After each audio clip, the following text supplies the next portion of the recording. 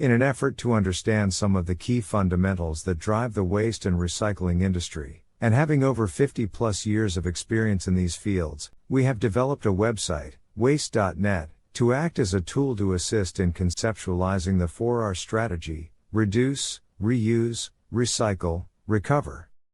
In relation to the recover stage of the 4R strategy, let's look at the food and organics waste, and the nutrient recovery sector. The recycling of a wide variety of food wastes utilizes several methods and processes to handle materials. These include organic wet waste recovery, composting, and controlled organic waste digestion for energy recovery. Food wastes are generated from a wide variety of sources, and each waste stream requires a unique approach, method, or process to optimize recovery. First, let's look at some of the food waste sources.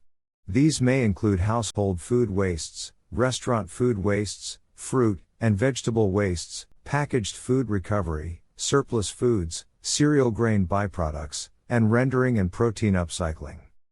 Household food wastes. Food wastes from residential households can be dealt with in a number of ways. To reduce food waste from entering the waste stream, individuals can compost their own food wastes.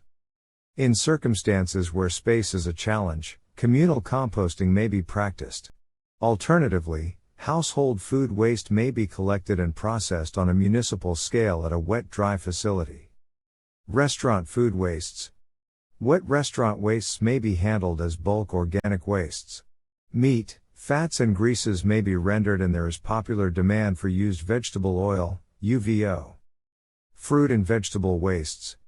Fruit and vegetable wastes from processing plants, distribution, and grocery locations may be used directly as livestock feed, ideal for pig feed. Alternatively, these streams can be diverted for composting or digestion. Packaged food recovery. There are companies that specialize in providing a food-to-packaging service to separate food products from packaging materials. The segregated food products can be further processed for recovery, and the packaging materials can be sent into the appropriate recycling streams. The packaging materials typically consist of metals, glass, plastic, or paper, but there are some complex multi-material packages like Tetra Pak and aseptic packaging that need to be dealt with. Surplus food. Surplus foods are edible foods that exceed demand and are often discarded despite being safe to eat. This can include food that is overproduced, imperfect, or has damaged packaging. Organizations like food donation programs, or food banks, work to rescue and redistribute surplus food to those in need, preventing it from going to waste. Now let's consider organic wet wastes or organic recycling. Organic wet wastes are biodegradable or food wastes that can decompose naturally. Composting and other recycling options are effective ways to divert wet waste from landfills and recover valuable resources. Composting is the natural process where organic materials and food wastes decompose into an end product called compost. This process recycles the organic materials, that would otherwise be regarded as waste products, into a soil conditioner that is rich in essential nutrients for plant growth and is often used as fertilizer. The decomposition process may be optimized by reducing the various materials entering the composting stream into a uniform size. Primary curing occurs during the first 30 days or so, and compost turning aerates the materials and aids in the speed of digestion. Composting is a slow natural process, and indoor composting is difficult due to the high moisture and corrosive nature while the primary curing occurs. The secondary curing occurs over several months and is dependent on temperature and moisture. Once cured, the bulk compost is ready for distribution or may be packaged or bagged for marketing. Vermiculture is a composting method that is a fully natural process using worms to digest organic materials and food wastes, a process that is faster than traditional composting. At the end of the worm's life cycle, a material known as worm casings are produced. Controlled organic waste digestion, such as anaerobic digestion, may be a preferred method to manage larger ongoing volumes of wet waste streams. Anaerobic digestion is a process through which bacteria breaks down organic matter, such as animal manure, wastewater biosolids, and food wastes, in the absence of oxygen. Anaerobic digestion produces two valuable outputs, biogas and digestate. The biogas produced can be stored or directly used for energy production, such as heating, electricity generation, or upgrading to renewable natural gas, RNG.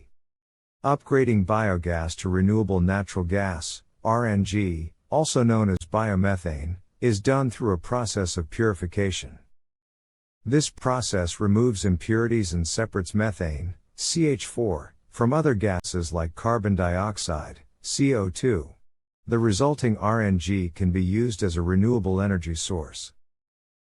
Digestate is a nutrient-rich byproduct of the anaerobic digestion process, which can be used as a fertilizer or soil amendment for agriculture.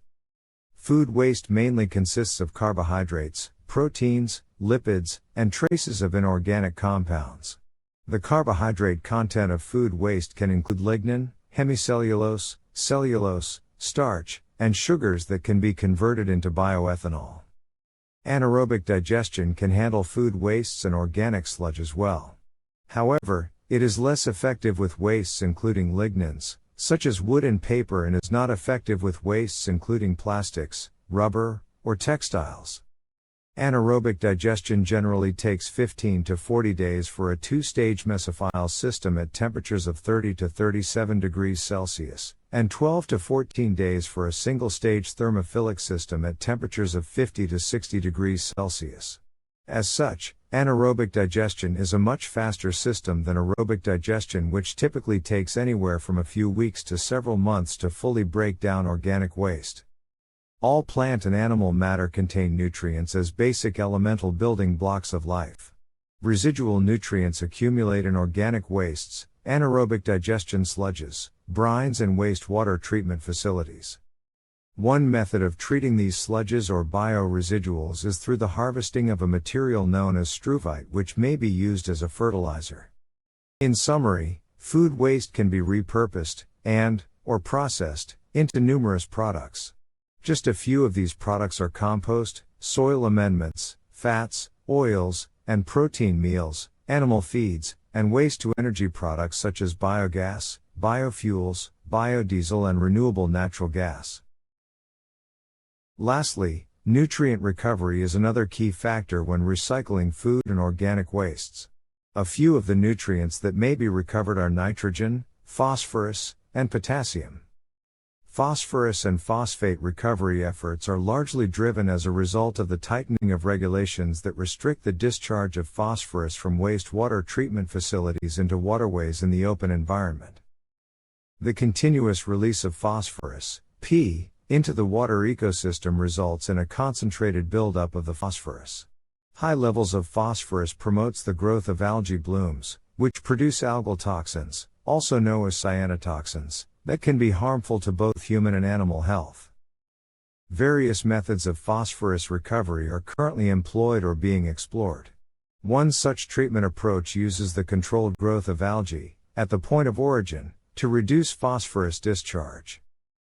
Other efforts are focused on the production of value-added streams such as ferrophosphorus and industrial phosphates, as well as fertilizers and soil amendment materials. The concentration of nitrogen in organic wastes, sludges, and bioresiduals provides the opportunity for nitrogen reclamation. Management systems for manure and animal waste better allow for the control of concentration levels of elements such as nitrogen and other accumulated nutrients. Common NPK fertilizers are rich in nitrogen, phosphorus, potassium.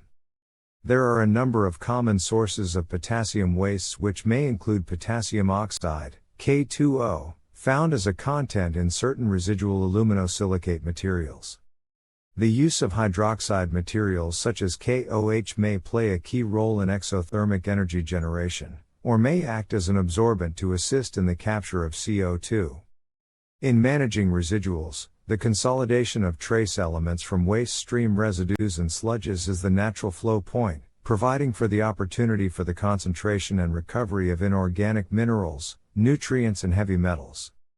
The potential exists to capture values from late-stage waste streams such as residues and sludges or solid recovered fuel, SRF, as feedstocks for the elemental thermal disposition in a biorefinery. We hope this brief overview of food and organic waste recovery, as well as the recovery of key nutrients, helps you understand this sector and assists you in your recovery efforts. If you are seeking more information about food and organics waste recycling, feel free to reach out to a core group of industry professionals. They can provide you with current data and answer any questions you may have. Waste.net is a tool to assist you in finding a market, with the goal of matching waste material generators directly with beneficial users of those materials. By connecting you with market participants, we foster collaboration and promote environmental sustainability. Visit our website waste.net today to learn more. Let us assist you in finding a market to buy or sell your scrap waste or byproducts.